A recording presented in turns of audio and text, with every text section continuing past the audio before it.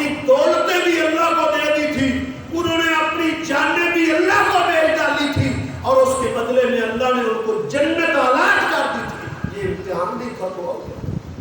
یہ ان کی کامیابی کی سرٹیفکیٹ اور سندے نہیں ہے تو اور کیا ہے کہ اللہ رب العزت نے ان کو جنت کے ٹکٹ دے دیے.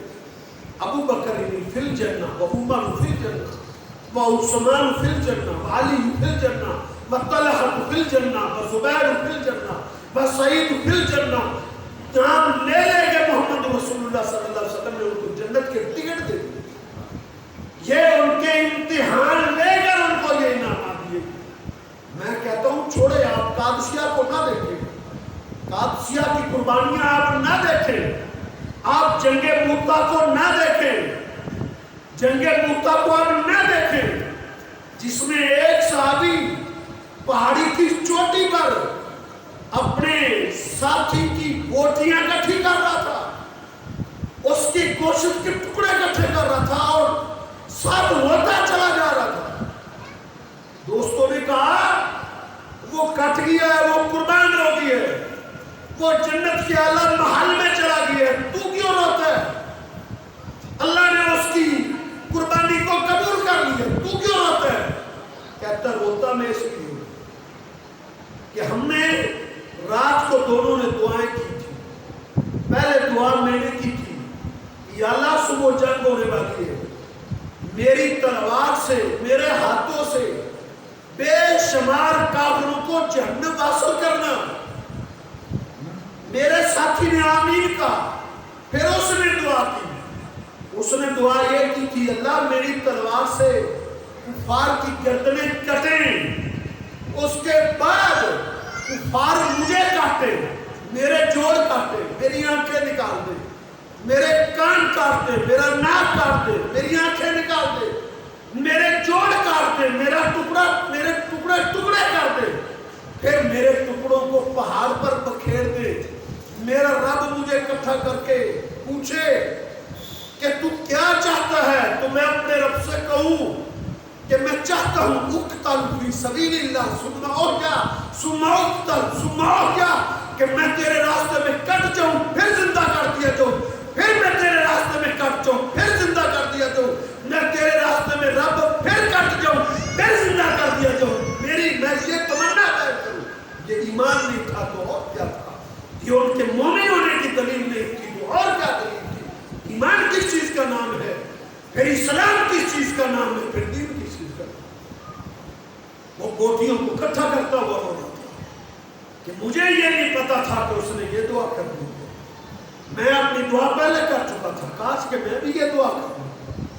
آج میرے بھی اس طرح ٹکڑے بوٹیوں کے ٹکڑے بکھرے ہوئے. اللہ رب العزت نے ان کے دلوں کا امتحان لیا تھا. یہ امتحان کا نبی علیہ الصلوۃ والسلام نے کتنے مارکے بیان کیے ہیں. تو میں نے کہا ساری جنگیں چھوڑے, میں بات لمبی نہیں کرنا چاہتا, صرف وہ پہاڑ احد کے میدان کا نقشہ آپ کے سامنے رکھنا چاہتا ہوں, اس کی ایک جھلک آپ کے سامنے رکھتا ہوں. پھر فیصلہ آپ کا کہ یہ آج یہ چوڑا پکتا ہے, کہتا ہے کہ نہیں ان کے ایمان نہیں تھے, صرف 4 ہی مومن رہ گئے تھے, سب مرتد ہو گئے تھے. آج یہ چوڑا بکواس کرتا ہے, یہ کالا سینہ کو بھی کرتا ہوا, یہ پیٹتا ہوا, اپنے نقصان پہ تھپڑ مارتا ہوا, ان کے ایمان پہ ڈاکہ ڈالتا ہے. ان کی جھوٹی کہانیاں اور قصے سنیں گے, یہ قرآن دیکھیں. اولئک الذین امتحن اللہ قلوبہم للتقوی. اللہ رب العزت نے ان کا امتحان لیا. یہ امتحان کو تو دیکھیں کیسے ان کا امتحان لیا. نبی علیہ الصلوۃ والسلام نے احد کے میدان میں جب آپ کے 70 صحابہ کرتے تھے, نبی علیہ الصلوۃ والسلام نے سب کی جانچ پڑتال کی. آپ نے فرمایا میں ینظر سعد بن ربیعہ, سعد بن ربیع, سعد بن ربیع, اس کی خبر کون لاتا ہے, جاؤ دیکھو میرے ساتھ میں نبی کا کیا ہوا. ما فعل سعد بن ربیع. صحابہ گئے, انہوں نے تلاش کیا, نہ زخمیوں میں ملے, نہ زندوں میں ملے, نہ شہیدوں میں ملے، کہیں اس کی لاش ملی نہیں ملی۔ سعد بن معاذ اٹھے، کہتے اللہ کے رسول جب معرکہ جاری تھا، جب گھمسان کی جنگ ہو رہی تھی، اس وقت میں نے سعد بن ربیع کو بھاگے ہوئے دوڑتے ہوئے اور پہاڑ کی طرف جاتے ہوئے میں نے دیکھا تھا، اور وہ مجھے آواز دیتا وہ کہہ رہا تھا سعد کہاں جا رہے ہو؟ تعال یا سعد، سعد آؤ، اس پہاڑ کی طرف آؤ، انی لاجد ریح الجنہ، مجھے اور پہاڑ کی طرف جنت کی سمیل آ رہی ہے۔ اے سعد بن معاذ آؤ، جنت کی خوشبو ادھر آ رہی ہے۔ کہ اللہ کے رسول مجھے نہیں پتا اس کے بعد اس کا کیا بنے، وہ کہاں گئی ہے، بس ایک جھلک میں نے اس کا چہرہ دیکھا تھا، تڑکی لگاتے ہوئے جا رہا تھا وہ پہاڑ کی طرف، اور یہ کہتا ہوا جا رہا تھا عاجدو ریح الجنۃ دون احد، احد کی طرف مجھے جنت کی خوشبو آ رہی۔ نبی علیہ الصلوۃ والسلام نے فرمایا، کہا اس کو شہیدوں میں ڈھونڈو، لاشوں میں اس کو تلاش کرو۔ لاشیں اٹھائی گئی، نیچے اس کی ملی لاش ابھی زندگی کی رمق باقی تھی، ابھی سانس باقی تھی، تو اسے کہا گیا، کہا اللہ کے پیغمبر صلی اللہ علیہ وسلم نے تجھے یاد کیا، نبی علیہ السلام نے تجھے سلام کہا، اور رسول اللہ صلی اللہ علیہ وسلم نے پوچھا ہے کہ سعد اگر زندہ ملے تو ان سے پوچھنا کیف تجدک یا سعد، سعد کیا محسوس کر رہا ہے، سعد بتاؤ تمہاری کیا کیفیت اور کیا آرزو اور کیا حیثیت ہے۔ سعد کی آنکھوں میں آنسو آئے، جب نبی علیہ الصلوۃ والسلام کا نام سنا، آپ کا سلام سنا، زخمی تھے، زخمی شیر کی طرح اٹھنے کی کوشش کی، اٹھے پھر گر گئے، پھر اٹھنے کی کوشش کی، پھر گر گئے۔ کہتے ہیں نبی علیہ الصلوۃ والسلام کو میرا سلام کہنا اور میرے لیے بخشش کی دعا کر دیں، اور ایک پیغام اے زید بن ثابت، ایک پیغام میری قوم انصار کو دے دینا، انہیں کہنا تمہارا سردار آخری وقت تمہیں یہ پیغام دے گی کہ جب تک تمہارے اندر طاقت اور قوت موجود ہے، محمد رسول اللہ صلی اللہ علیہ وسلم پر آنچ نہیں آنے دینا۔ اگر تمہاری زندگیوں میں اللہ کے پیغمبر صلی اللہ علیہ وسلم کا نقصان ہوا، تم اللہ کے سامنے کوئی عذر نہیں پیش کر سکتے۔ میری قوم کو یہ پیغام دے، یہ آخری الفاظ دے، اس دنیا سے وہ رخصت ہو۔ نبی علیہ السلام کو سلام کو زید بن ثابت نے دے رہا ہے، نبی علیہ السلام نے ہاتھ اٹھا کے دعا کی، اللہ میں ساتھ پہ راضی ہوں، تو بھی اس پر راضی، تو بھی اس پر راضی۔ صحابی کہتے ہیں ایک دن میں ابوبکر صدیق کے دروازے کے سامنے سے گزر رہا تھا، جناب صدیق دروازے میں چارپائی پر بیٹھے تھے، اس کے سینے پر ایک بچی کھیل رہی تھی۔ میں نے پوچھا صدیق یہ بچی کون ہے؟ یہ تیری بیٹی ہے؟ کہا نہیں۔ تیری پوتی ہے؟ کہا نہیں۔ کہا یہ اس سے اتنا پیار کر رہے ہو، یہ کون بچی ہے؟ کہا یہ سعد بن ربیع کی بچی، یہ سعد بن ربیع کی بیٹی ہے۔ جب وہ فوت ہوا تھا تو اس نے یہ نصیحت کی تھی، میری بیٹی کا خیال کرنا، میرے بچوں کا خیال کرنا۔ اس نے پیغام اپنی قوم اور خاندان کو یہ دیا تھا کہ میرے پیغمبر کا تم دیکھا رہے۔ یہ ایمان نہیں تھا تو کیا، یہ ان کے اسلام اور ان کی استقامت کی دلیل ہے۔ تو عمر بن جموح کو آپ دیکھیں، احد کے میدان میں شہید ہوا تھا، یہ تو بیچارہ معلوم تھا، یہ بیچارہ لنگڑا تھا۔ بیٹوں نے کہا نہ جاؤ، ہم جاتے ہیں، کہا نہیں میں جاؤں۔ نبی علیہ السلام کے پاس آئے، اللہ کے رسول میرے بیٹے مجھے نہیں جانے دے۔ نبی علیہ السلام نے اس کے بیٹوں کو کہا جانے دو۔ میدان میں لڑتے ہوئے کھسڑتے ہوئے میدان میں پہنچا، کٹ گیا، شہید ہو۔ بیٹوں نے کہا اللہ کے رسول ہماری ایک خواہش ہے، ہماری تمنا، ہماری ایک آرزو ہے۔ کہا کیا آرزو ہے تمہاری؟ ہم چاہتے ہیں ہم اپنے باپ کی لاش کو مدینے میں لے جائیں، مدینے تک لے جائیں۔ نبی علیہ السلام نے فرمایا اس کو اونٹ پہ لادا گیا، اونٹ اٹھاتے تھے اٹھتے نہیں تھے، اونٹ کو اٹھاتے تھے اٹھتے نہیں تھے۔ نبی علیہ السلام نے پوچھا ان کے بیٹوں سے، تمہارے باپ نے گھر سے نکلتے ہوئے کوئی بات بولی تھی، کوئی جملہ کہا تھا؟ کہاں؟ انہوں نے گھر سے نکلتے ہوئے ایک بات کہی، اللہم لا تردنی الی اہلی، اللہ مجھے واپس بغیر شہادت کے واپس میرے گھر میں اٹھا۔ نبی علیہ السلام نے فرمایا اللہ نے تمہارے باپ کو دعا کی۔ میرے بھائیوں، یہ وہ لوگ تھے، یہ ان کی قربانیاں تھی، یہ ان کی شہادتوں کی داستانیں تھیں۔ انہوں نے سب کچھ قربان کر دیا تھا صرف اپنے رب کی رضا کو چاہنے کی۔ اس وجہ سے ان کو رتبے اور درجے ملے تھے، اس وجہ سے ان کو مقام اور مرتبے ملے تھے۔ آج ان کے ایمان کو دستے وہ لوگ جن میں دین اسلام دور دور تک بھی دکھائی دے، وہ لوگ نہ ڈالتے۔ تو یہ اللہ کے پیغمبر صلی اللہ علیہ وسلم کے صحابہ تھے، یہ ان کا ایمان تھا، یہ ان کا تقویٰ تھا، یہ ان کی قربانیاں تھی، انہوں نے سب کچھ قربان کیا۔ عورتوں کی داستانیں موجود ہیں، عورتوں کی، کہ نبی علیہ السلام کی شہادت کی خبر پھیل گئی، مدینے کی ایک بڑھیا عورت نکلی، راستے میں اسے خبر ملی تیرا خامد شہید ہو، تیرا بیٹا شہید ہو، تیرا بھائی شہید ہو۔ اس نے کہا مجھے یہ نہ بتاؤ، مجھے یہ بتاؤ اللہ کے پیغمبر کا کیا ہے، اللہ کے پیغمبر کی کیا حالت ہے۔ یہ ان کے ایمان اور ان کے دین اور ان کے تقوی کی علامتیں تھی۔ تو میرے بھائیوں، وہ عظیم لوگ تھے، اللہ ہمارے دلوں میں ان کی محبتیں پیدا کرے۔